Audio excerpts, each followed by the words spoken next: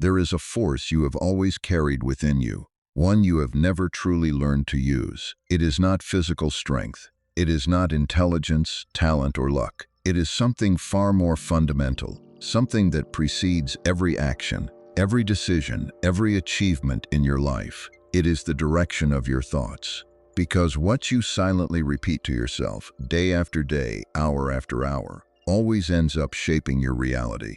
And if you don't learn to govern that, something else will govern it instead. Fear, doubt, the opinions of others, habits inherited from a past you did not choose. Ask yourself this question honestly. If you could secretly listen to all your thoughts since this morning, would what you heard build you up or tear you down?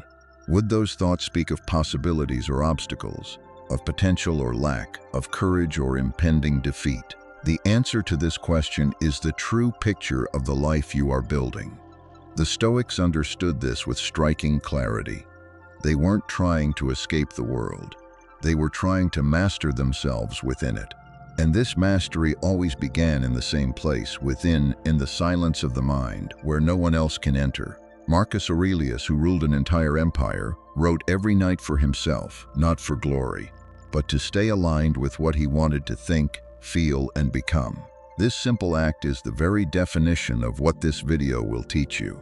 What many people don't understand is that the positive thinking Stoicism talks about has nothing to do with naive optimism or the illusion that everything will always be all right. It's something far more robust. It's the deliberate and repeated decision to choose the lens through which you view your life. Stoicism doesn't tell you that obstacles don't exist. It tells you that your relationship to those obstacles is entirely in your hands. And that relationship, that daily choice of perspective, is the difference between a life you endure and a life you build. Seneca expressed it with disarming simplicity. It's not because things are difficult that we don't dare. It's because we don't dare that things are difficult. Thought precedes courage, always. Today you'll learn how to take back control of your thoughts. How to transform that inner dialogue that sabotages you into a voice that empowers you. How to present yourself to the world with an energy that aligns with what you want to build. How to stop letting your current phase define your destiny. How to communicate in a way that creates a genuine connection. And how, finally, to overcome that silent insecurity that prevents you from occupying the place that is truly yours. Before going any further, do something now. Write in the comments, "Today I direct my thoughts." This isn't just a phrase, it's a declaration of intent to yourself. This is your first victory of the day. Sit up straight. Take a slow breath. Let's begin. Part 1. 9 Lessons to Discipline Your Thoughts. 1. Your thoughts build the world you live in. Look around you. Everything you see, from the relationships you cultivate to the opportunities you seize or pass up, all of it began in someone's mind. Yours or someone else's, because nothing that exists in human life precedes thought. Before action, there is intention. Before intention, there is conviction. And before conviction, there is what you silently tell yourself every day. Thought is not an accessory in your life. It is its invisible architect. 2 people can go through the exact same difficult period, suffer the same loss, face the same obstacle. One of them will emerge from this ordeal stronger, more lucid, with a depth they didn't possess before. The other will emerge broken, trapped in a diminished version of themselves, convinced that the world is hostile to them. The difference doesn't lie in the nature of the ordeal. It lies solely in what each of them has chosen to think about it. This is the truth that Stoicism has taught for over 2,000 years. It is not what happens to you that shapes you. It is the meaning you choose to give to what happens to you. Epictetus, who was born a slave and endured suffering most of us can't even imagine, never lost control of his mind. Because he understood something fundamental. You can chain your body, but never your thoughts. And it is in this space of inner freedom, in this space between what happens to you and what you decide to do with it, that all your power resides. Now think about yesterday. How many times did you have a thought that weighed you down, that held you back, that prevented you from taking action? Maybe the feeling that you weren't ready. Maybe the conviction that things weren't going to change. Maybe that nagging voice telling you that others succeed because they have advantages you don't. These thoughts aren't truths, they're habits, and like all habits, they can be replaced. Positive thinking, in the Stoic sense, is not a form of naivety. It's not pretending everything is fine when everything is wrong. It's consciously choosing the stance you will adopt in the face of what is. It's asking yourself not why this is happening to me, but what it teaches me about myself. It's not denying the pain, it's refusing to let it have the last word. When you begin to direct your thoughts toward what you can build, rather than what you fear losing, something concrete happens in your brain. Modern neuroscience confirms what the Stoics knew intuitively. The brain reconfigures itself around what it focuses on. What you nurture, it amplifies. What you repeat, it integrates as truth. What you choose to see, it will give you more and more reasons to see. So the question isn't whether your thoughts have an impact on your life. They always do, whether you like it or not. The real question is, are you finally going to decide which ones you let into your mind? There's a simple exercise I want you to do tonight. Before you go to sleep, sit for a minute and ask yourself, what thought dominated my day today? What was the overall tone of my inner dialogue? And if you could choose a different dominant thought for tomorrow, what would it be? This short but powerful practice develops something the Stoics called prosoche, self-awareness. It's not self-centeredness. It's the awareness needed to avoid being swayed by currents of thought you've never truly embraced. A change in thinking doesn't happen through a single monumental effort. It happens through the accumulation of small daily choices, barely perceptible when taken individually, but decisive when taken together. It's the same logic as water eventually wearing away stone. Not by force, but by consistency. Starting today, observe. Observe what you think when you wake up. Observe what you tell yourself when you encounter an obstacle. Observe the voice commenting on your life in the back of your mind. Is it the voice of an ally or a judge, a builder or a saboteur? And if it's not the voice you want, know that you have the power to change it. Not in a day, but one choice after another, one thought after another, until the direction of your mind becomes second nature. There's one last thing I want to add on this subject before moving on. Many people confuse positive thinking with the absence of negative thoughts, as if the goal were to reach a state of mental perfection where no doubt, no fear, no pessimism would ever cross the mind again. That's not it. It's not humanly possible, and besides, it wouldn't be desirable. Negative thoughts have a function. They draw attention to real risks, to problems to solve, to aspects of our lives that deserve examination. The problem isn't having negative thoughts. The problem is letting them control us. Stoic positive thinking is the ability to see difficulties clearly without letting them define your path. It's using difficult thoughts as information rather than verdicts. And this distinction, subtle as it may seem, changes everything. 2. Stop treating yourself like your own worst enemy. There is a form of violence that almost no one recognizes as such because it leaves no visible marks. It makes no noise. No one else hears it. But it is constantly at work, and it is responsible for more missed opportunities, more abandoned dreams, more diminished lives than any external circumstance. It is the violence of negative self-talk. Every time you tell yourself, I'm not good enough, I'll never succeed, I don't deserve better, I'm too this or not enough that, you're doing something to yourself. You're not expressing a neutral observation. You're giving yourself an order, because the human mind doesn't filter thoughts by labeling them true or false, deserved or undeserved. It records them, it repeats them, and over time it transforms them into beliefs on which you base your decisions. This is the most insidious mechanism of insecurity. You don't need someone to tell you you're worthless. You do it yourself, so effectively that no one could do better. The Stoics had an expression for the enemy within, the corrupted hegemonic.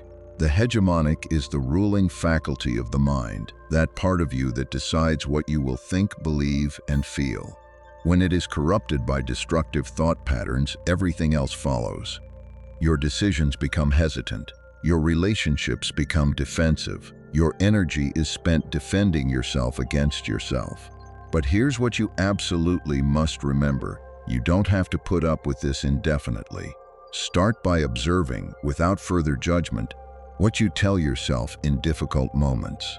When you make a mistake, what's the first thing you think? When you fail at something, what do you tell yourself? If you spoke to a friend the same way you speak to yourself in those moments, would that friend stay by your side? Probably not. So why do you allow yourself to treat yourself like this? The first change you can make today isn't in your diet, your sleep routine, or your finances. It's in the language you use to talk to yourself. Replace "I can't" with "I haven't figured it out yet." Replace "I'm useless" with "I'm learning." Replace "this will never work" with "I'm going to try a different approach." These changes may seem small, but they aren't. Because every word you choose to use in your inner dialogue is a vote for the person you're becoming. Seneca wrote to his friend Lucilius, "Withdraw into yourself as much as you can, and associate with those who can make you a better person." He was speaking first and foremost about the company you keep with yourself. You are the first person you live with, every second of every day. If that company is hostile, exhausting, excessively critical, you will carry that burden everywhere. If that company is kind, demanding but fair, patient but determined, then you will move forward with a lightness you may never have known. This isn't magical thinking. It's mental hygiene, and like any form of hygiene, it requires daily practice, not an exceptional effort from time to time. Here's what I want you to take away from this lesson. Your brain is fundamentally a confirmation organ. It doesn't seek objective truth. It seeks evidence for what it already believes. If you lead it to believe you're incompetent, it will find evidence of your incompetence everywhere. If you lead it to believe you're someone who learns and progresses, it will find evidence of that instead. You don't change reality by changing your thoughts, but you radically change what you see in reality, what you focus your energy on, and therefore the actions you take. And the actions you take, in turn, concretely change your life. From today onward, watch your inner voice. Correct it as soon as you hear it turning against you. Not to erase the reality of your difficulties, but to refuse to add yourself to the list of your obstacles. 3. Show yourself to the world with consistency. There's something people sense even before you say a word. Before you introduce yourself, before you explain who you are, before you demonstrate anything, they feel the energy you radiate. And that energy isn't some mystical abstraction. It's a direct reflection of how you see yourself. When you enter a room with the firm conviction that you have nothing to prove, that your presence is legitimate, that you have something real to contribute, others perceive it. Not necessarily consciously, but they register it. Conversely, when you enter seeking approval, hoping not to make a mistake, holding back a part of yourself for fear of being judged, they perceive that too. The consistency we're talking about here isn't about a polished image or social performance. It's the consistency between what you think of yourself deep down and how you behave in the world.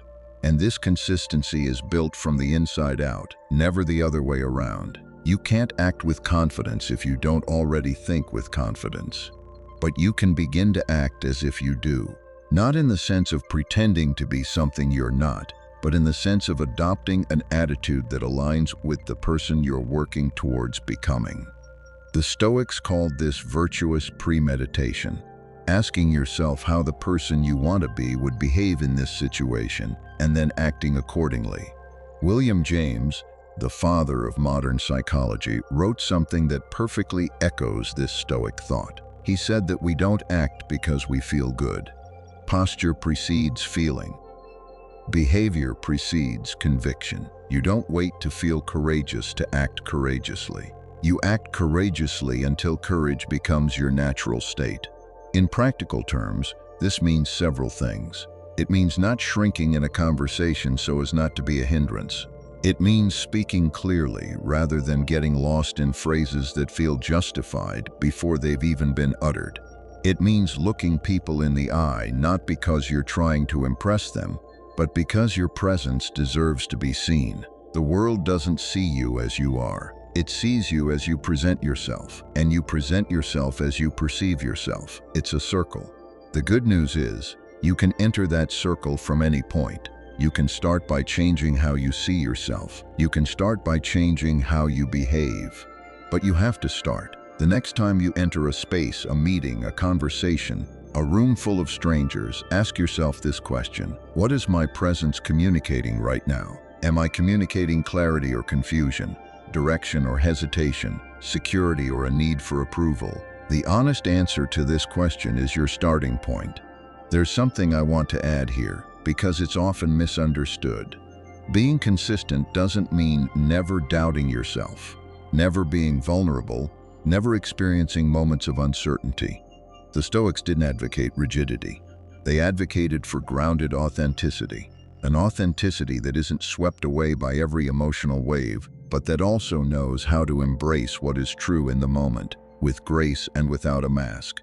There's a difference between feigning strength and wielding strength. The former is exhausting. The latter is liberating. What you present to the world must be true, even if it's imperfect, especially if it's imperfect, because authentic imperfection inspires more trust than feigned perfection. 4. Your current phase is not your definition. One of the most painful mistakes people make is confusing their situation with their identity. They look at where they are today, the financial struggles, the broken relationships, the stalled career, the failing health, and conclude that this is who they are, that this is what they deserve, that this is the limit of what they can hope for. But a phase is not a destination. A chapter is not a book, and a difficult moment is not a final sentence. Marcus Aurelius ruled the most powerful Roman Empire in the world, and yet his personal journals are filled with doubt, inner struggles, and moments when he had to remind himself why he kept going. He didn't pretend everything was perfect. He didn't feign strength. He chose to continue despite imperfection, and he documented that choice for himself every night. This practice, this honesty with his own fragility, coupled with an unwavering will to keep growing, is the very essence of Stoicism. You don't need to have arrived to start moving forward. You don't need everything to be resolved to decide your life is headed in the right direction. The distance between where you are and where you want to be isn't a verdict of failure. It's simply a measure of how far you still have to go, and the only way to shorten that distance is to take the next step. Not all of them at once, just the next one. Think of someone going through a period of professional grief. Someone who has lost a job, a company, a project they invested years in. The temptation in these moments is to let this loss define who you are. To tell yourself that if this project failed, it's because you weren't meant to succeed. But the Stoics had an answer to this. They called this practice amor fati, love of fate. Not the passive acceptance of everything that happens, but the active decision to use everything that happens as raw material for progress. What happens to you isn't always what you chose, but what you do with it, that belongs entirely to you. So stop measuring your worth by your current phase. Your value is determined by the direction you choose to take, by how you get back up after you fall, by what you continue to build even when no one can see it yet. The life you want isn't a reward you receive when you've earned it. It's something you build day after day, decision after decision, thought after thought. And the first material for this construction is your state of mind today. There's a practice I specifically recommend for this lesson. It comes directly from Marcus Aurelius. In the evening, before going to sleep, take 2 minutes to write down just one thing. A decision you made today that was aligned with the person you want to be. It doesn't have to be a big decision. Maybe you chose not to respond angrily to someone who had irritated you. Maybe you chose to do something you'd been wanting to put off. Maybe you were honest in a situation where lying would have been easier. This small daily gesture does 2 things. First, it forces you to look for a moment in your day when you were the person you want to become, which teaches you to see them where they already exist.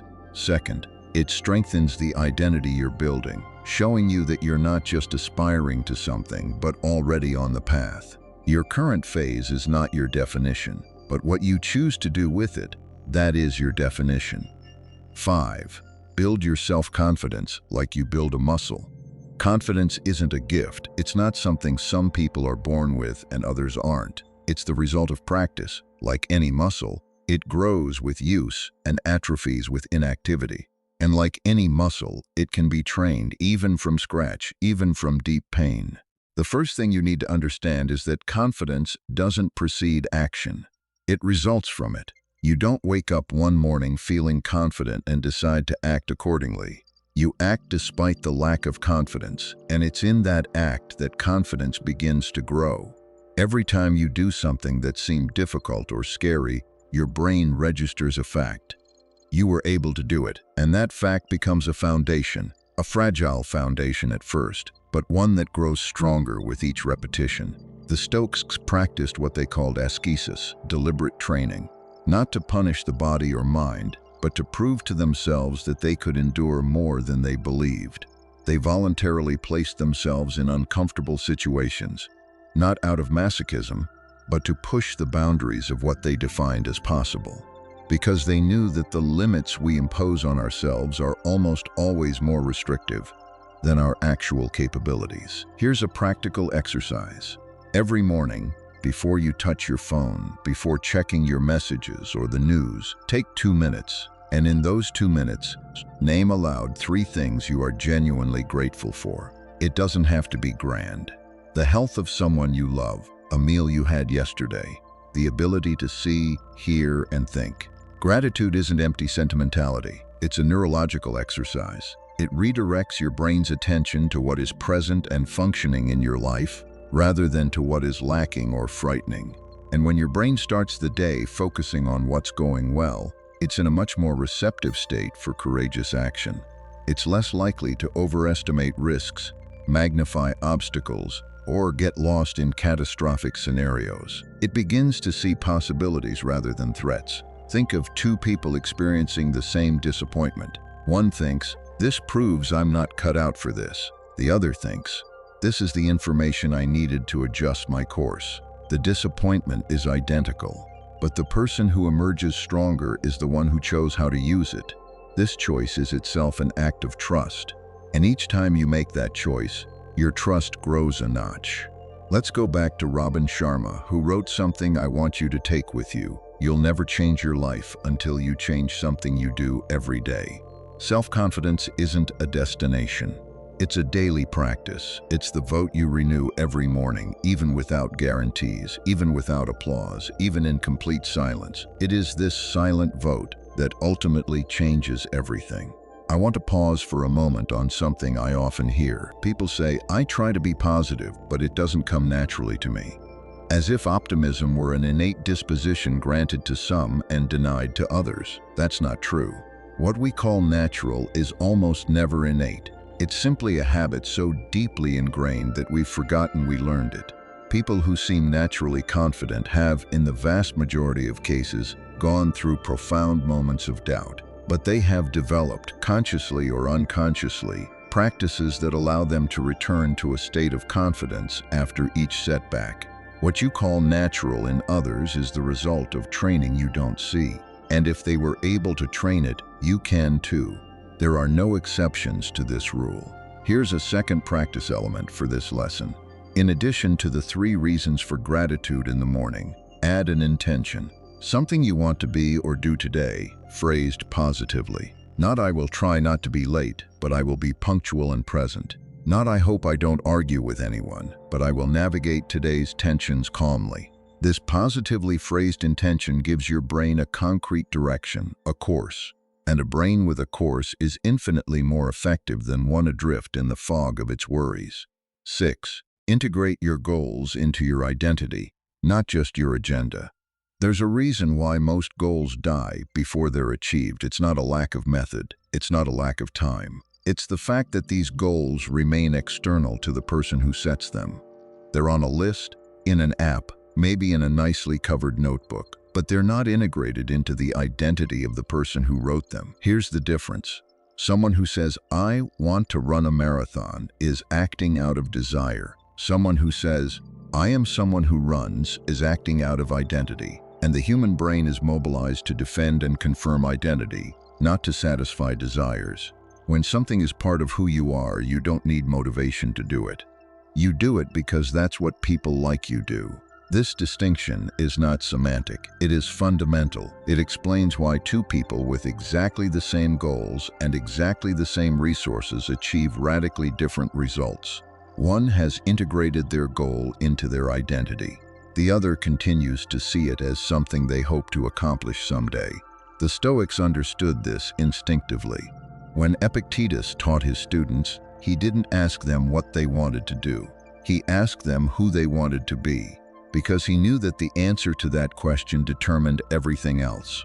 A person who knows who they are acts accordingly, even under pressure, even in adversity, even when no one is watching. So here's what I suggest you do today. Take the 3 most important goals in your life right now. Reframe each of them in terms of your identity. Not I want to be healthier, but I am someone who takes care of my body. Not I want to improve my finances, but I am someone who manages my money wisely. Not I want to have better relationships, but I am someone who invests in the connections that matter. Then repeat these affirmations every day, not like a magic incantation, but as a reminder of the direction you've chosen. The human mind learns through repetition, and what it repeats often enough, it eventually accepts as reality. Not because it's stupid, but because it's effective. It aligns itself with what it hears most often from the voice it trusts most, yours. Write in the comments, I already belong to the life I am building. This is not a formula. It is a declaration of identity. I want to elaborate on an important point here. Integrating a goal into your identity doesn't mean you have to act as if you've already achieved everything. It's not preemptive arrogance. It's a decision about who you are on the path to what you're building. A marathon runner trains by thinking, I am someone who runs, not I am someone who has already run a marathon. The distinction is subtle but fundamental. You identify with the process, not just the result. And that's what makes the process sustainable, even in difficult times. Because when you go out in the rain for your training session, even if you don't feel like it, even if you're tired, you're not doing it for some abstract future reward. You're doing it because that's what people like you are doing. That logic is infinitely more powerful than motivation, which is volatile and capricious. 7.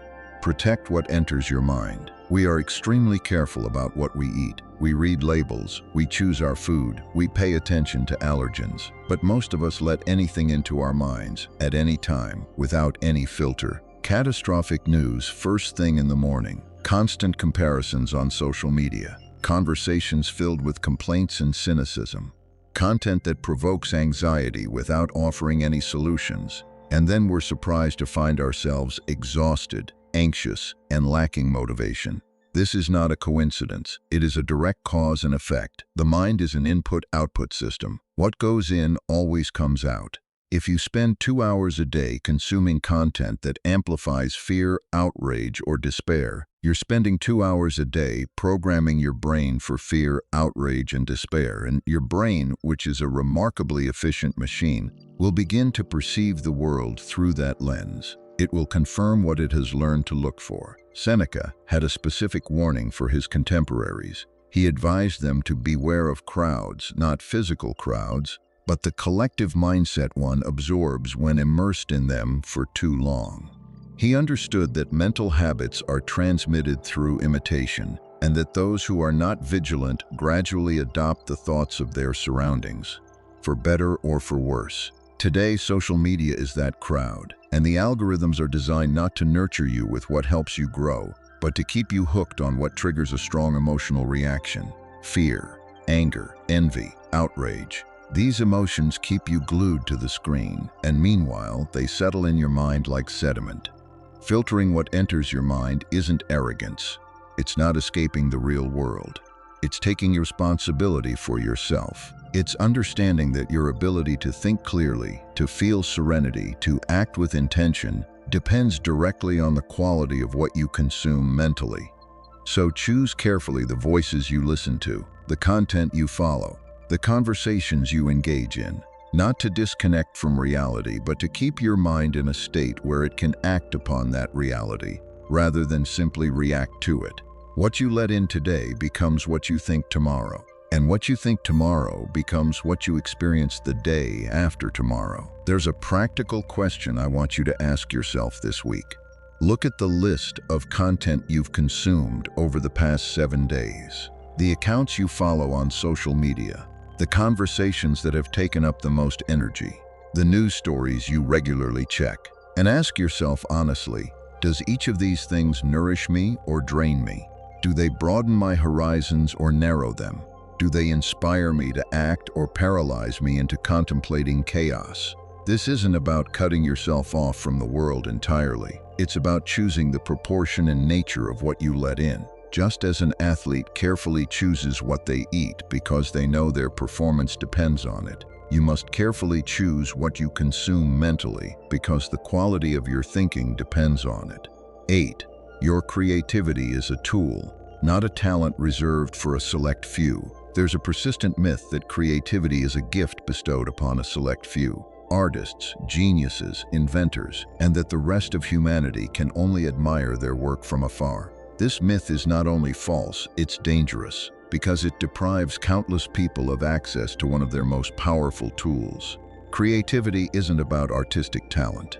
It's the ability to see a possibility where others see only a constraint. It's the ability to connect two ideas that no one has yet put together. It's the ability to find a different path when the usual one is blocked. And by that definition, every human being is creative. You were creative every time you solved a problem with limited resources. Every time you found another way to explain something to someone who didn't understand. Every time you improvised a solution in an unforeseen situation. Every time you turned a constraint into an opportunity, however small. That's real-life creativity. The problem is that the fear of making mistakes stifles this creativity. Over the years, we learn not to take unnecessary risks, to follow tried and tested formulas, to conform to expectations. And gradually, the flexibility of thought that comes naturally to us in childhood becomes rigid. We begin to think in boxes we didn't create, according to rules we've never questioned. Einstein said that imagination is more important than knowledge, because knowledge is limited to what already exists, while imagination can see what does not yet exist. The creative mind does not submit to circumstances. It questions them. It challenges them. It offers them a different answer. And it's precisely this ability that you need to reactivate, or at least stop suppressing. Every time you find yourself facing a problem that seems unsolvable, ask yourself a different question. Not how to avoid this problem, but how many different ways could it be solved? This simple reformulation opens the mind to possibilities it hadn't considered. And here's something few people know about creativity. It's more readily sparked in a state of calm than in a state of intense pressure. The Stoics understood it differently. They said that the wise think better because they don't panic. Inner serenity isn't the enemy of creativity. It's its fertile ground. When you're in a state of mental tranquility, when you're not fighting against yourself, when you're not overwhelmed by the anxiety of having to find the perfect answer immediately, your mind moves differently. It makes unexpected connections. It sees angles that the stressed mind doesn't. That's why practicing everything we've explored today, calmness, confidence, inner honesty, isn't just about well-being. It's also a condition for performance. A peaceful mind is a creative mind, and a creative mind always finds a way. A mind that creates paths where others see only walls is a free mind. And freedom in Stoic philosophy is not the freedom to avoid obstacles. It is the inner freedom of never being definitively stopped by them. There's something important I want to add here. Creativity doesn't thrive in perfect comfort. It thrives on accepted constraints. When resources are limited, when conditions aren't ideal, when the obvious path is blocked, that's precisely when creative thinking is invited to emerge. The artists and innovators who most influenced their era didn't work in perfect conditions. They found ways to work despite the imperfections. And it's in this despite that everything happens. So the next time you find yourself facing a seemingly insurmountable obstacle, remember that you possess exactly the right ability, the capacity to imagine what no one else has yet seen. 9. Decide to believe in yourself now, not when you're ready. There's a phrase we all say to ourselves at one time or another. I'll start when I'm ready, when I have more confidence, when the conditions are better, when I have more experience, when I've overcome this fear. This phrase is comforting. It makes us feel reasonable, cautious, realistic. But that's a lie we tell ourselves to avoid facing the discomfort of imperfect action. The truth is that no one starts when they're ready. People who have accomplished remarkable things all began in uncertainty, in fear, with insufficient resources and incomplete skills. The only difference between them and those who never started is that they decided to act anyway. Viktor Frankl, a survivor of Nazi concentration camps and the founder of logotherapy, wrote something that I cannot read without being deeply moved. He said that when we can no longer change a situation, we are challenged to change ourselves. What he had experienced was infinitely more agonizing than most of us will ever go through. And yet he chose not to let circumstances define who he was. He chose to believe in the human capacity to find meaning, even in the most extreme suffering. Your situation is probably much less dire than hers, which makes the idea of putting off starting until tomorrow even less acceptable. Believing in yourself doesn't mean being certain of the outcome. It means deciding to commit to the process despite the uncertainty of the result. That's the difference between courage and recklessness. Courage isn't the absence of fear. It's acting despite fear. I'm going to suggest an exercise I'd like you to do before you close this video. Take a piece of paper. Write down 3 difficult moments in your life. For each one, note what you learned, what you developed, what you wouldn't have become without that challenge. You'll see that each difficult moment gave you something: resilience, clarity, empathy, a strength you didn't know you possessed until you needed it. That past isn't a burden, it's proof that you've been through tough times and come out the other side. Use that proof. Remember it when the next challenge arises. It tells you one simple thing: you've overcome it before. You can overcome it again. Believe in yourself now, not later. Now, stay with me for what's coming next. What I'm going to share in this next section will fundamentally change how you connect with others, how you communicate, how you build connections. It's perhaps the most underestimated skill in personal development, and it's also one of those that Stoicism has best codified. Communication isn't simply the exchange of information. It's the fabric of your relationships. It's how you influence and are influenced. It's what brings you closer to the people who matter, or what creates a silent chasm between you. And the Stoics possessed a wisdom on this subject that remains strikingly modern. They understood that speaking without listening is a form of pride, that responding without understanding is a form of negligence, and that the true power of a human being in a relationship is measured not by the volume of what they say, but by the depth of what they hear. Here are the 7 Stoic principles of communication that creates real connection. Part 2. 7 Stoic principles of communication. Principle 1. Ask questions that open people up, not just conversations. Observe how most conversations begin. How are you? What are you doing right now? Did you have a good weekend? These are honest, harmless questions, but they remain superficial. They don't create connection. They create social noise. There's a different kind of question. Questions that don't ask the other person to perform or justify themselves, but to show up. What's really on your mind right now? What has this experience meant to you? What was the most difficult part of it all? These questions do something different. They invite the person to delve into themselves rather than reciting an automatic answer. And when someone looks deep inside themselves in front of you, something changes. Their gaze turns inward for a moment. They truly reflect. They seek an honest answer rather than a pre-packaged one. And that honesty, when it emerges, creates a connection that ready-made formulas will never create. Dale Carnegie observed this in his conversations with thousands of people throughout his career. The conversations people remember most are not those in which they were told interesting things. They are those in which they had the space to say what truly mattered to them. They are the conversations in which they felt truly heard. Here again, the Stoics had a clear principle. True wisdom arises from understanding. not only of oneself, but of those around us. And one cannot understand someone who hasn't had the opportunity to reveal themselves. Deep questions are not an interrogation. They don't force anything. They open up a space. They say to the other person, "I'm here, I'm available, I really want to see you." And in a world where almost everyone talks but almost no one really listens, that space becomes something invaluable. So ask open-ended questions. Listen to the answers with full attention, and observe what happens in the conversation. And if you don't know where to begin, start with this simple question the next time you talk to someone. What really matters to you right now? Say it with complete sincerity, and then be quiet. Really listen. You'll be surprised at what can emerge from a conversation you thought you saw coming. Principle 2. I would like to know more. 5 words. But when spoken with complete sincerity, they create something rare. They signal to the other person that what they've just said deserves more than the automatic response most people would give. They tell them that you're there, that you're genuinely interested in what lies behind their words.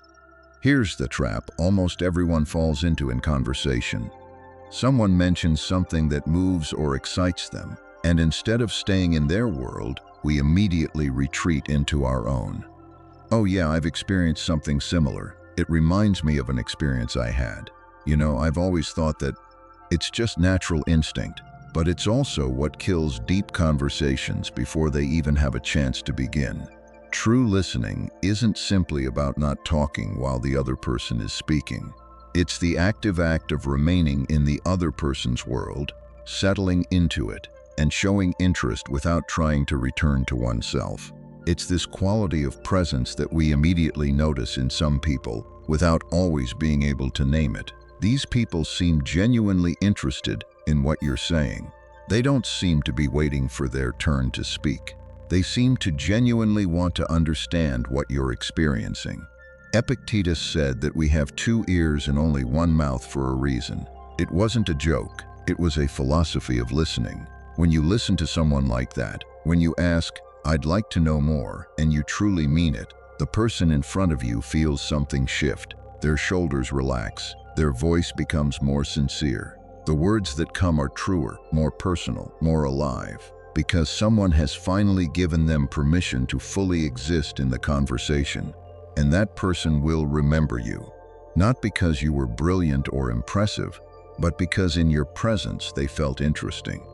And that feeling, offered by genuine listening, is one of the most precious things one human being can offer another. Remember this: the most meaningful conversations of your life never remember themselves as moments when you shone. They remember them as moments when you were fully present, when you weren't thinking about your next sentence, when you were simply, completely in the other person's world. It's this kind of presence that creates deep friendships, strong partnerships, relationships that stand the test of time. Principle 3. It looks difficult. These 4 words have the power to transform a conversation, not because they solve anything, but precisely because they don't pretend to solve anything. Here's what usually happens when someone shares a difficulty with us. Our first instinct is to help them, to offer a solution, to say what we would have done in their place, to put things in perspective, sometimes with the best intentions. It's not so bad. There are people in much worse situations. You'll get through this, I know you. These responses come from a place of goodwill, but they do something we don't always realize. They tell the person, implicitly, "Your pain is exaggerated, you need to move on. I'm uncomfortable with what you're feeling." What most people need when they share a difficulty is not a solution. It's recognition. Recognition that what they are going through is real, that it deserves to be taken seriously, that they don't have to suppress their emotions to be accepted. It seems difficult, but do exactly that. Without dramatizing, without minimizing, without hijacking the conversation to bring it back to your own experience. Just create a space for acknowledgement. And in that space, something remarkable often happens. The person finally feels understood. And sometimes simply feeling understood is enough to significantly lighten the burden they were carrying. Marcus Aurelius wrote in his Meditations, "Be lenient with others in their weaknesses. Understand that they are doing their best with what they have. This leniency, this ability to recognize that everyone carries within them things of which we are not always aware, is what 4 simple words can convey.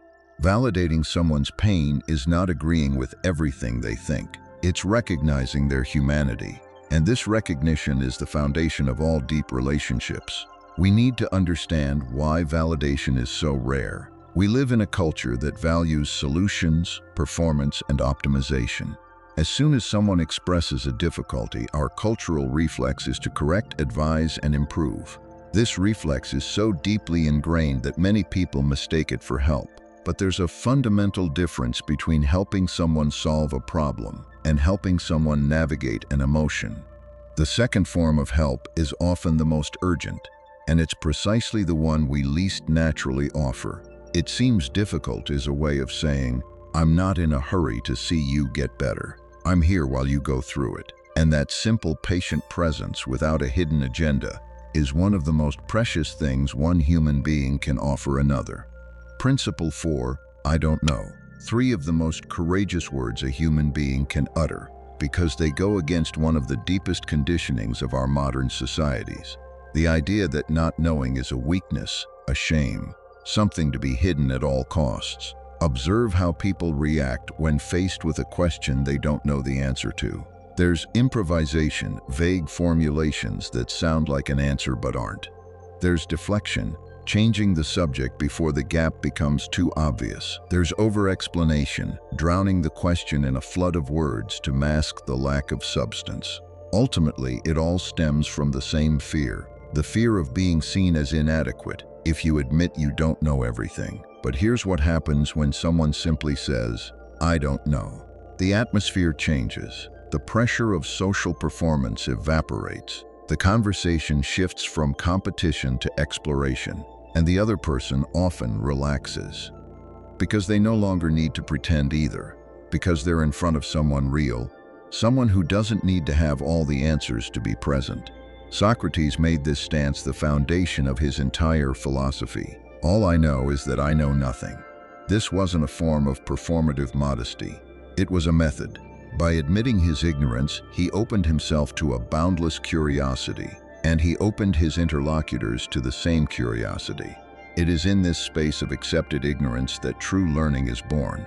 The Stoics viewed intellectual humility not as a weakness, but as a form of lucidity. The lucidity to recognize the limits of one's own knowledge and to act within them, rather than pretending to ignore them. Say, I don't know when it's true, and observe how that affects your conversations. You'll gain in depth what you lose in posturing. I want to add a nuance to that. I don't know can naturally be followed by, I don't know, but it's something that interests me. Can you tell me more? Or even, I don't know, but we could find out together. This openness transforms the admission of ignorance into an invitation to explore. And joint exploration is one of the most enriching intellectual and relational experiences there is. The best discussions often arise from someone who has had the courage to honestly say, I really don't know. Principle 5, the power of silence. Silence is the most dreaded space in modern conversation. Barely a few seconds of silence pass before most people rush to fill it with anything at all. An anecdote that has little to do with anything. A question asked before the previous one has been answered. A nervous laugh, a glance at the phone. Anything, rather than let the silence exist. But silence is not emptiness, it is space. It's the space where a thought can form before it's spoken, rather than being spoken before it's formed. It's the space where the other person can decide to delve a little deeper into what they're sharing because they aren't interrupted by the automatic retort of someone impatiently waiting to respond. It's the space where depth can settle into a conversation that would otherwise remain superficial. Someone who knows how to maintain silence in a conversation conveys something precious. They convey that they have nothing to prove, that they are comfortable with the space between words, that they don't rush to the next word to avoid staying in the present moment.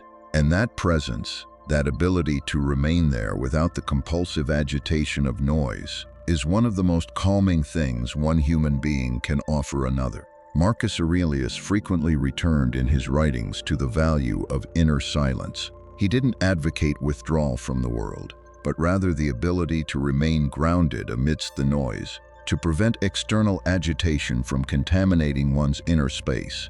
And in conversation, that is precisely what silence represents. Grounding, a refusal to be carried away by the automatic current of empty words. Learn not to run from silence. Learn to settle into it for a few seconds, to let the conversation breathe. You will discover that the words that come after a silence are almost always truer, more meaningful, more useful than those that would have been spoken reflexively. And in that silence, you will also discover something about yourself, the quality of peace you are capable of holding. A restless mind cannot hold silence, because silence forces it to confront itself. But a mind that has worked on itself, that has developed a peaceful relationship with its own thoughts, that mind is not afraid of emptiness. It knows that emptiness is not a lack, it is a space. And in that space, when given the time to open, the most memorable conversations of our lives are born. Principle 6. I admire what you carry within you. There is a form of recognition that almost no one practices, because it requires a kind of perspective that our world has largely forgotten. Not a perspective on what people do, but on who they are when they do it. We're quick to thank the person behind the action. Thank you for helping me. That was good. Good job. But we rarely acknowledge the person behind the action, the patience it required, the generosity it demonstrates, the courage it demanded. When you tell someone you admire what they possess, you're not rewarding them for a result. You're honoring them for a quality. And that distinction changes everything, because results depend on circumstances, opportunities, and sometimes luck. But character qualities belong to the person themselves. They are an expression of who they are, not just what they do. Marcus Aurelius made a habit of reflecting each evening on the virtues of those around him, not to flatter them, but to draw inspiration from them, to cultivate within himself an admiration for the good in others. He understood that sincerely recognizing the value of others was also a way to clarify and strengthen one's own values. This phrase, however, requires one essential thing: sincerity. Spoken out of politeness or strategy, it rings false and loses all its power. But uttered when you truly perceive something beautiful in someone's character, it creates a connection of a depth unlike anything else. People don't remain loyal to those who have done them favors. They remain loyal to those who have seen their humanity. Honor people for who they are, not just for what they do for you. Here's a challenge for this week. Choose 3 people in your life who deserve this recognition. Not necessarily people who do spectacular things. People who are simply always there, always reliable, always generous. And tell them to their face in your own words, something that honors not what they do, but who they are when they do it. Observe what happens on their face. Observe the quality of the relationship after that moment. You will then understand why this phrase has the power it does. Principle 7. The art of saying no clearly. The word no is one of the shortest words in the French language. And yet, for many people, it's also one of the hardest to pronounce. Because saying no means risking disappointment. It means risking conflict. It means risking losing the affection or approval of someone whose esteem you seek. So we say yes when we mean no. We accept things that cost us energy, time, and inner peace, simply to avoid causing discomfort in the relationship. And afterward, we feel the bitter taste of having betrayed something essential within ourselves. The Stoics had a term for this: to stray. To stray meant to deviate from one's own true nature, one's own values, in order to conform to external expectations. And they considered this straying from one's true nature to be one of the most serious forms of self-loss. Marcus Aurelius wrote, "If something is not necessary for a virtuous life, do not do it." This formula is brutally clear. If something does not belong to what you truly want to be and build, why do you accept it? Consciously saying no isn't an act of selfishness. It's an act of clarity. It tells the world what truly matters to you. It reveals your boundaries, and boundaries are the foundation of mutual respect. Someone who never sets boundaries isn't a generous person. They're someone who hasn't yet learned to respect themselves. And here's what happens. Paradoxically, when you start saying no calmly and clearly, the people who respect you don't leave, they understand. Sometimes they respect you even more.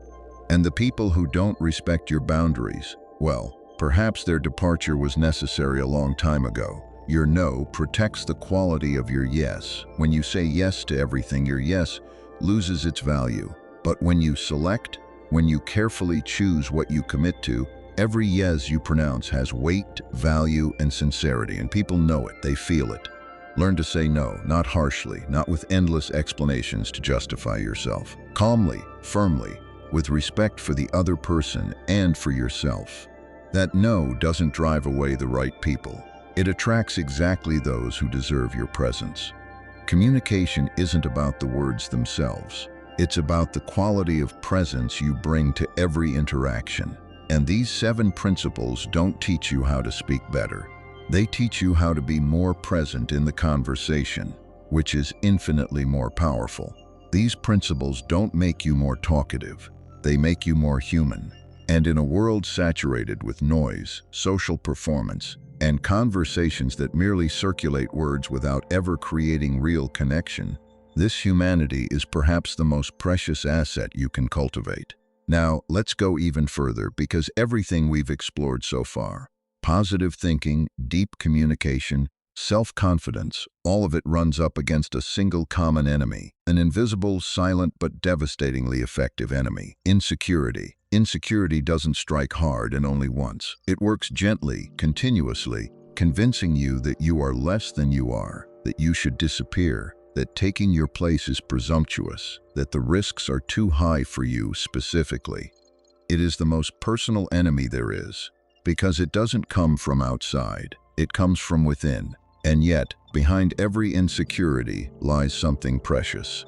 Insecurity only appears in the places that matter. You don't feel insecure about things that are indifferent to you. You feel insecure about things that are important to you. Your relationships, your job, your dreams. This isn't a weakness, it's a form of self-care. The problem isn't insecurity itself, it's letting it decide for you. Here are 10 lessons to get through it and become fully yourself again. Part 3, 10 Lessons for Overcoming Insecurity. 1. Think with responsibility, not with performance. Insecurity rarely stems from an objective lack of ability. It almost always arises from a narrative you have constructed about yourself, often based on painful moments from the past, unfavorable comparisons, and criticisms internalized too young and never questioned. You've convinced yourself of certain things about yourself, and these beliefs have formed a mental structure that filters everything you experience. Every success is minimized. You were just lucky. Every failure is amplified. It proves I was right to be wary. Every opportunity is seized with hesitation because you never feel entirely legitimate. Epictetus had no time for that kind of rumination. He said, "It is not things that trouble you, but your opinion about them, and you can change that opinion." Changing the way you think about yourself isn't an act of vanity. It's an act of responsibility towards yourself, yes, but also towards the people around you whom you serve better when you fully accept yourself than when you wallow in self-sabotage. Start by identifying 3 labels you've given yourself that no longer serve you. I'm not good at this. I'm not a sociable person. I don't have what it takes. Question them. Where do they come from? Are they based on real recent events or on interpretations of past events? The answer, if you honestly seek it, will often surprise you. You are not your past. You are what you choose to build from today onward. 2. Get out of over-planning. Get into imperfect action. There is a particularly skillful form of insecurity. It disguises itself as preparation. It takes on the guise of prudence, seriousness, and responsibility. It says, I'm not acting yet because I'm not ready, because the conditions aren't optimal, because I'm still lacking this or that. And while waiting to be ready, life goes on. The truth is that over-preparation is often a sophisticated way of avoiding the risk of action. Because as long as you don't act, you can't fail. You remain in the comfortable world of possibility, where everything is still theoretically perfect. But that world is sterile. It produces nothing. Insecurity thrives on procrastination. Confidence thrives on action, and courage is not the absence of fear when acting. It is the decision to act precisely because one is afraid, and to allow fear to be present without giving it veto power. Think about the first time you learned to do something difficult: swimming, driving, public speaking, taking care of a child. You didn't learn by reading books on the subject. You learned by doing clumsily at first, then better and better with practice. Action precedes mastery, always. Today, what are you still putting off until you're ready? Ask yourself honestly, and then just take the next step. Not every step, just the next one. And here's what you'll discover almost every time. The first step is by far the hardest. Once you take it, momentum builds. Uncertainty doesn't disappear, but it changes. It's no longer paralyzing, it becomes informative. It tells you what you need to work on, not whether you should move forward. Every imperfect action brings you closer. Every additional weight takes you further. Write in the comments, "Today I'm taking action," and then actually do it. 3. Find your ideal and let it guide you even in the fog. Someone who lacks direction is like a boat without a rudder. Every wave makes them rock. Every opinion influences them. Every obstacle seems insurmountable because there is no course to give meaning to the journey. The Stoics had a central practice in their philosophy, clearly defining the person they wanted to be. Not the life they wanted to have, but the character they wanted to embody. And this definition became their compass. In moments of doubt, they returned to this question: is what I am doing consistent with the person I have decided to be? Marcus Aurelius asked himself questions of this kind every evening, not to judge himself harshly, but to realign himself, to ensure that his actions of the day had served something greater than the immediate, the comfortable, the easy. You too need this ideal. Not a perfect, unattainable ideal, but a clear vision of the version of yourself you're working to become. A more present father, a more honest professional, a braver person, a more reliable friend, something concrete, personal, and real. When you have this ideal, the opinions of others lose much of their power over you, because the benchmark is no longer their approval. It's consistency with what you yourself have decided to be. And that consistency no one can take from you. There's an exercise Marcus Aurelius practiced that I highly recommend. Every morning before starting your day, ask yourself, who do I want to be today? Not tomorrow, not in 10 years. Today, in the concrete interactions that will unfold. And in the evening, ask yourself, have I been consistent with that person? Not perfectly, but have I tried? This daily practice transforms the ideal of an abstract aspiration into a concrete commitment. And concrete commitments, renewed each day, change people. For real. When your ideal is clear, something else changes too. Difficult decisions become less difficult, because you no longer have to ask yourself what's most enjoyable or what will require the least effort. You simply ask yourself, what would the person I want to be do in this situation? And the answer is often disarmingly clear. It's the ideal that simplifies. It's what cuts through the noise of conflicting opinions, shifting moods, and fleeting fears. And in this clarified silence, you can finally act from the part of you that truly knows what it wants. 4. Discipline is your freedom, not your prison. There is a fundamental misunderstanding surrounding the concept of discipline. Many people experience it as a constraint, something imposed from the outside, something rigid and austere that goes against spontaneity and enjoyment. But this is the exact opposite of what discipline truly means. Discipline is the structure that liberates you. It frees your energy from repetitive decisions and constant internal negotiations. It liberates you from the tyranny of moods. It liberates you from the insecurity produced by the inconsistency between what you say you want and what you actually do. When you're disciplined, you don't need to motivate yourself to do what you've decided. You decide, you do it. This simplicity is a form of freedom that constant improvisation will never know. Because constant improvisation is exhausting. It requires renegotiating what you're going to do every moment, depending on your mood, the circumstances, and what's most comfortable in the moment. Discipline says no to that. It says, I have decided what is important, and I honor it regardless of how I feel today. And here's something few people see until they've experienced it. Every act of discipline, no matter how small, builds something. It builds proof that you're keeping your word to yourself. And that proof, accumulated day after day, becomes the strongest foundation of self-confidence. Not the confidence dependent on external approval, but the confidence rooted in the relationship you have with yourself. Be consistent. Not perfect, consistent. Imperfect consistency far beats intermittent perfection. Discipline also creates something few people anticipate: a quiet inner pride. Not the pride that seeks recognition from others. The pride of knowing deep down and intimately that you've kept your word to yourself, that you've done what you said you would, that you're someone you can trust. This pride depends on no one. It's entirely yours, and it's one of the strongest foundations of lasting confidence. 5. Practice seeing failure as information, not as a sentence. The fear of failure is perhaps the most common prison in which human beings lock themselves. And it's not failure itself that's frightening. It's what we believe failure reveals about ourselves: that you're not good enough, that you weren't cut out for it, that you were right to distrust yourself. But failure reveals nothing of the sort. Failure simply reveals the gap between where you are and where you want to go. It's information. Just as the fact that a plant lacks water is information, not proof that the plant doesn't deserve to grow. The Stoics had a very particular relationship with error. They did not seek to avoid it at all costs. They sought to extract what it had to teach, and then to resume the process. Marcus Aurelius himself, in his diaries, acknowledged his own shortcomings with striking honesty, without excuses, without self-flagellation, but with a desire to understand and improve. Replace the question, "What if it goes wrong?" with "What will I learn if it goes wrong?"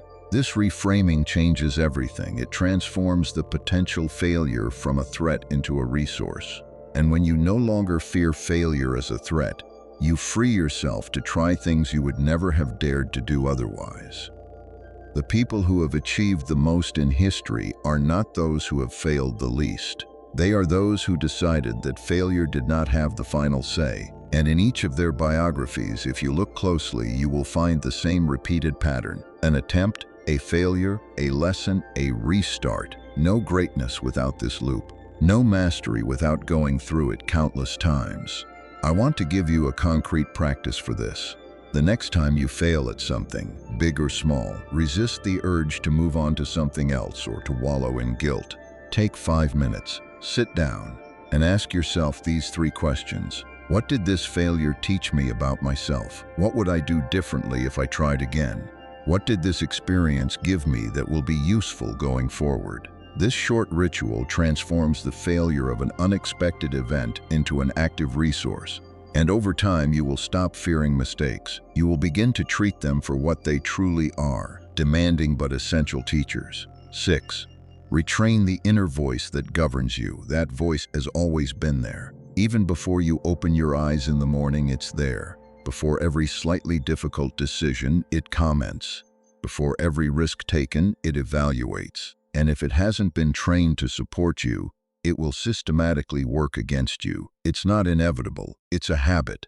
And habits can be changed. Your inner voice can't be changed by forcing it to be silent. It changes by gradually replacing it with a different voice through conscious and repeated practice. Every time you hear yourself thinking something destructive about yourself, you have 2 options. Let it pass as if it were true, or question it and offer an alternative. I'm going to fail can become I'm going to try and see what I learn. I'm not good enough can become I'm getting better. Nobody respects me can become how can I behave in a way that deserves respect. These reformulations are not magical thinking. They are a form of cognitive training. And like any training, they require repetition before becoming natural. Epictetus had a practice he called prochiarn, keeping essential principles close at hand to apply them in difficult times. Your reformed inner voice is your prochiarn. It's what you remember when fear rises, when doubt creeps in, when insecurity tries to reclaim its place. Train it every day. And over time, that voice will cease to be an obstacle and become your most constant ally. I want to delve a little deeper into this point because it's truly fundamental. It's not simply about replacing negative thoughts with positive ones, like rearranging furniture in a room. It's about understanding your relationship with your own thoughts. Most people identify with their thoughts. When a thought says, "I will fail," they hear their own voice uttering a truth about themselves. But the Stoics had a different perspective. They knew how to step back from their own thoughts and observe them as mental phenomena, not absolute realities. This is what we now call cognitive diffusion in psychology. And this ability to not completely identify with one's thoughts is one of the most liberating skills the human mind can develop. Your thought is not you. It's a proposition your mind presents to you, and you have the right to examine it, question it, and reject it if it doesn't serve you. Write in the comments, "Today I choose to believe in myself." This is how transformation begins. 7. Build your support from within. One of the most costly mistakes stemming from insecurity is seeking external validation that can only come from within.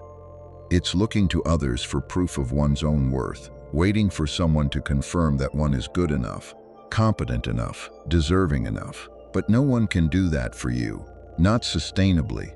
External approval is fleeting. It depends on other people's moods, their own insecurities, their own agendas. If you feed off it, you'll live in a state of constant anxiety, always seeking the next sign of validation to quell a hunger that will never truly be satisfied. Inner support is something else entirely. It's the ability to validate oneself, to recognize one's own progress, to keep one's own promises to oneself, to treat oneself with the same respect one would give to someone one loves and admires. The Stoics called this autarky, the ability to be one's own resource, not in the sense of a proud self-sufficiency that refuses help from others, but in the sense of a solid inner foundation that does not crumble when external approval is lacking. Ask yourself this question: if no one ever saw what you were doing, would you continue to do it? If the answer is no, then you're acting for approval more than for your own values. And approval is a particularly tyrannical master. Build your support from within. Acknowledge your own efforts. Celebrate your own progress, however small. Keep the promises you make to yourself. This is how you build a security that depends on no one but you. Here's a practice I want you to adopt. Every night, before going to sleep, write down one thing you did that day that deserves your respect. It doesn't have to be anything big. Maybe you told the truth when lying would have been easier. Maybe you did something you were dreading. Maybe you treated someone with more patience than you felt you should. This habit forces you to look for proof in your actions each day that you're a good person, someone who tries, someone who deserves respect, including from yourself. And this habit, maintained over time, rebuilds from within what years of self-doubt have eroded. 8. Let go of what is not within your control. There's a source of exhaustion that most people don't recognize as such: the effort to control what cannot be controlled, controlling what others think of you, controlling how situations unfold, controlling reactions, perceptions, outcomes. This effort is endless and infinitely futile, and it drains a considerable amount of energy that could have been put elsewhere. The dichotomy of control is the most fundamental principle of Stoicism. Epictetus taught it to his students from the very first day. There are things that depend on you, and there are things that do not. Everything you do, everything you judge, everything you think, everything you feel, that depends on you. Everything else, the opinions of others, external circumstances, world events, does not depend on you. The Stoic sage does not ignore what is beyond his control. He accepts it clearly and focuses all his energy on what is within his power. This acceptance is not resignation. It is strategic wisdom. It is recognizing where your energy can truly make a difference and not wasting it where it is powerless. The next time you feel tense about something, ask yourself Epictetus' question: is this within my control? If yes, act. If no, release. Gradually, this practice frees up a quantity of mental energy you didn't even know you had. I want to be concrete about what this means in everyday life. It means you can send an important email carefully and clearly. That's up to you, but you can't control how it will be read or when you'll get a reply. That's not up to you. So you send it and you let go. It means you can prepare thoroughly for an interview, That's up to you, but you can't control what the recruiter thinks or what the other applicants were. That's not up to you. So you prepare thoroughly and you let go. It means you can honestly express how you feel in a relationship. That's up to you, but you can't control how the other person receives what you said. That's not up to you. So you speak truthfully and you let go. This discipline of letting go, applied consistently, isn't passivity, it's clarity. It's reserving your energy for where it can truly make a difference. And that clarity changes everything. 9. Decide to be free, even if the fear is still there. Freedom in the Stoic sense is not the absence of external constraints. It is inner independence from what frightens you. It is the ability to look fear in the face and say, I see you, and I move forward anyway. Insecurity creates an invisible prison. The bars are made of stories you tell yourself. I can't, it won't work for me, I'll be judged, I don't deserve it. These stories don't need to be true to be effective. They just need to be repeated often enough to be taken for reality. To be free is to stop repeating these stories, not by violently denying them, but by gradually replacing them with different stories. Stories that position you as someone capable of growth, deserving and committed to your own development. Epictetus said that the main task of philosophy was to free us from the domination of our sorrows and fears, not by eliminating them, but by changing the relationship we have with them, by seeing them for what they are, conditioned reactions, habits of thought, narratives that can be rewritten. You are not condemned to remain a prisoner of who you have always been. Every moment is a turning point, and at each turning point, you can choose freedom or the familiarity of prison. Choose freedom, even if you tremble while doing so. There's something I want you to understand about inner freedom. It's not something you acquire all at once. It's built like everything else, step by step, choice by choice. Every time you refuse to let fear dictate your actions, you gain a little more inner territory. Every time you act despite the trembling, you expand the space you inhabit. And gradually, this space becomes so vast that your old fears occupy only a tiny portion of it. They're still there, but they no longer rule. You rule, and that's all that matters. 10. Become yourself again, completely, without apologizing. At some point in your life, you learn to make yourself smaller, so as not to bother anyone, so as not to be envied, so as not to frighten others with the intensity of what you feel or what you want. To belong to groups that might not have room for you if you were truly yourself. And you learned that lesson so well that you almost forgot what it was like to occupy all the space in your own life. Being yourself isn't a luxury. It's not something you allow yourself when you feel safe. It's a necessity. Because every day spent being a diminished version of yourself is a day you haven't truly lived. A day you've played a prescribed role instead of experiencing something real. In his inaugural address to his government, Nelson Mandela read these words, originally by Marianne Williamson. Our greatest fear is not that we are inadequate. Our greatest fear is that we are powerful beyond measure. It is our light, not our darkness, that most frightens us. Think about this. What you might fear most about being completely yourself isn't failing. It's succeeding. It's discovering that you were capable, from the very beginning, of far more than you admitted, because that discovery deprives you of a comfortable excuse. There's something important I've learned over time. The people who seem most at ease with themselves, most naturally present, most grounded, aren't those who have never doubted themselves. They're the ones who have gone through doubt and chosen not to let it dictate who they are. They've made mistakes. They've been afraid, they've been misunderstood, but they've persisted in being themselves despite it all. And that persistence has developed something within them that can't be faked. A deep, palpable, reassuring authenticity. It's not arrogant confidence. It's the quiet security of someone who no longer needs to prove they belong, because they've decided they do. Becoming yourself again means embracing your intensity, embracing your contradictions, embracing what you love, what matters to you, what you refuse to accept, what you dream of, without apologizing for having this breadth. Insecurity doesn't stem from being too small. It stems from sensing you're far more than you allow yourself to be. And healing insecurity isn't about becoming more discreet. It's about finally becoming brave enough to take full possession of your own life. Because when you do that, something remarkable happens around you. People aren't diminished by your light. They see it as permission to turn on their own. And that's perhaps the most powerful contribution you can ever make. Becoming yourself again isn't a destination. It's a direction. It's the daily decision to no longer submit to a version of yourself you didn't choose. To remove the masks one by one, not through dramatic outbursts, but through the patient and courageous movement of someone who prefers to be real rather than approved. And this direction, if you maintain it over time, will lead you to a life that may not have the shape you imagined, but that will have something irreplaceable. It will be authentically yours. There you go.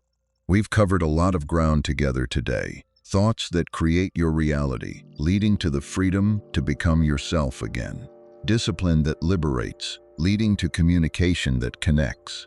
Confidence built like a muscle, leading to the decision to believe in yourself before you have proof. These are not abstract ideas, they are tools, and tools are only as good as how they are used. I want to tell you something before you close this video. Stoicism doesn't ask you to be perfect. It doesn't ask you to never doubt, never be afraid, never feel lost. It simply asks you not to let those things have the last word. It asks you to keep choosing every day, in every decision, big or small, the direction you want to go, and to stay honest with yourself about the distance between where you are and where you want to be. Not to judge yourself, but to keep moving forward. Marcus Aurelius ruled the most powerful empire in the known world, and every evening he wrote reminders to himself in his journal. Reminders about patience, about humility, about the necessity of starting over. This was not weakness, it was the highest form of discipline, seeing oneself clearly, without illusion or condemnation, and choosing to continue working on oneself with unwavering consistency. You don't need to be a great philosopher to experience this. You need to start where you are, with what you have, taking the next step in the direction you have chosen. Everything said here is only useful on one condition, that you apply it. Not perfectly, not right away, but that you start taking a first step in the direction of what you want to become. Because philosophy isn't there to give you beautiful ideas to ponder. It's there to give you better tools to live with. And tools are useless in a box. They only become useful when you pick them up and start building. What you want to build doesn't need to be perfect. It needs to be true. True to you, rooted in your real values, oriented towards the person you are sincerely working to become. And if this video has given you even one thought that you will keep, one decision that you will make, one change that you will initiate, then it has done exactly what it was meant to do. Write in the comments, "Today, I'm taking back control of my life." This is your declaration. This is your commitment to yourself. And start, right now, living in accordance with it. Not in a week, not when the moment is perfect now, with the next choice you make in the next hour. If this video has resonated with you, join our community on Stoic View. Every week, we explore together profound truths that transform how we live, act, think, and connect with others. Stoic wisdom is inexhaustible, and we still have much to discover together. Subscribe so you never miss an episode. And if you know someone in your life who is going through a difficult time, someone who needs to hear these kinds of things, share this video with them. This simple gesture could make more of a difference than you realize. Philosophy is not a museum, it is a living practice, and it begins now. Not tomorrow now,